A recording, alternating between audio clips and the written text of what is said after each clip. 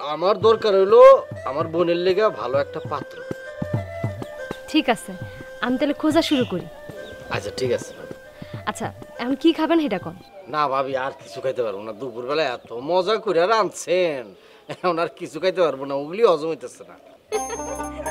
ও ভাবি, আশিল্লাহান, আপনার রান্নার মধ্যে জাদু আছে।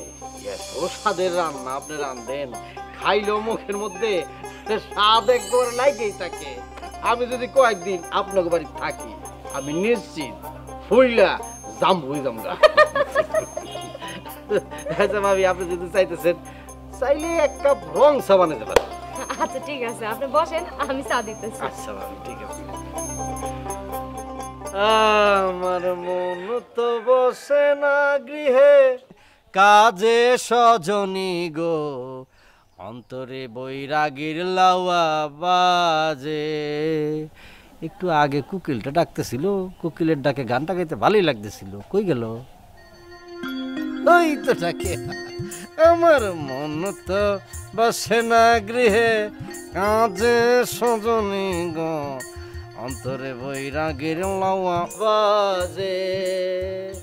আপনি আমারে সারা রাত নিয়ে বসেছিলেন, একটা বারের জন্য আমারে নিয়ে খারাপ চিন্তা করেন নাই।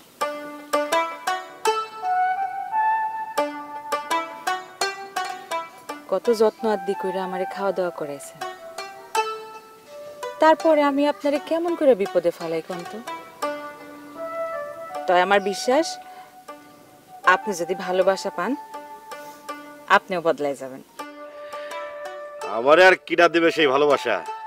এক আপনি ছিলেন, তাও তো চলে যাবেন। মনের মানুষ মনেই থাকে, তারে খুঁজা লইতে হয়।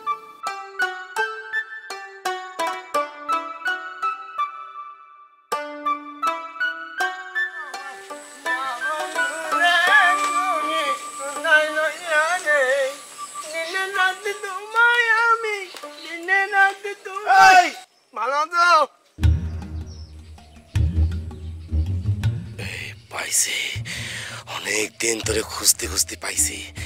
এইবার তুই বাঁচতে পারবি না। আল্লাহ, আমি এটা কি করলাম? কান করছি ভালো আছো, গান না সম্রাট করে যে ওরে কি তারপরে ধরতে পারবো? যদি না ধরতে পারি তাহলে তোমার ছুটে যাবে। বাইন জুইত দৌড়ালি মানুষ সাথে পারবো না, আমার বাইন নেন ওকাত করে পিছ নিয়ে জানতে পারি। তোরে আজকে আমি খাইছি রে মতিন নে। সাথে তো মোটর সাইকেল আছে, ও মোটর সাইকেল ইটান দিতে আমি খাল পার হয়ে যেতে পারবো না। না দেখ এই দেখ।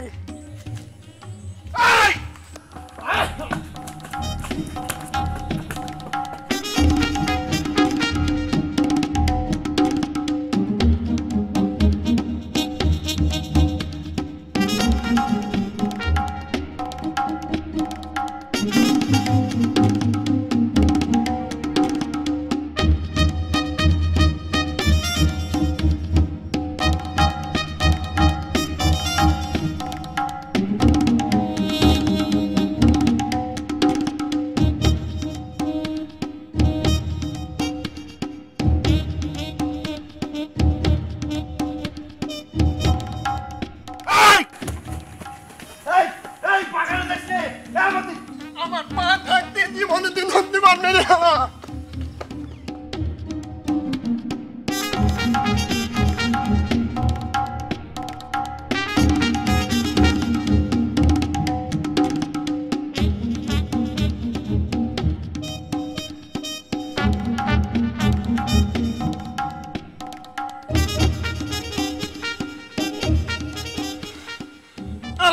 আমার দিকে বলা যায়, এখন কি করবো?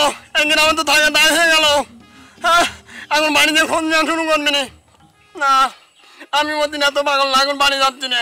জীবনে আমি আর বাড়ি যাবো না। কোনে যাবো? শালা গেল বলে অসুবিধা নেই। গ্রামে যখন ঢুকে পড়িস মতিন, বাড়ি যাবা না? তাহলে আমি বাড়ি যেয়ে ধরবো। আমি বকুলপুরের রানী। এই তো কয়েকদিন আগে তুই আর মতিন রাস্তার ধারে কথা করছিলি, আমি হঠাৎ করে আসলাম। মতিন কলেজে তোরা নাকি পারিবারিক আলাপ করতেছিস, কিন্তু তোদের আলাপ আলোচনা দেখে আমার একটু সন্দেহ হয়েছিল। বুদ্ধির ফল লাগে কি কথা কম রে মা। আমার পড়ার ব্যাপারে ও কি তোরে পড়াইবো? তার কাছে পড়ার কথা কইতেছি না। যাত্রা আনার বিরোধিতা করছে একমাত্র ঝরু মন্ডল। সে একজন ছিল বলে তার মুখটা বন্ধ করা গেছে। টেডির বিষয় নিয়ে তো আর একজন দুজন কথা করছে না, সারা গ্রামের মানুষ কথা কয়ে বেড়াচ্ছে। এত মানুষের মুখ তো বন্ধ করা যাবে না, তাহলে খুব ঝামেলা হয়ে যাবে।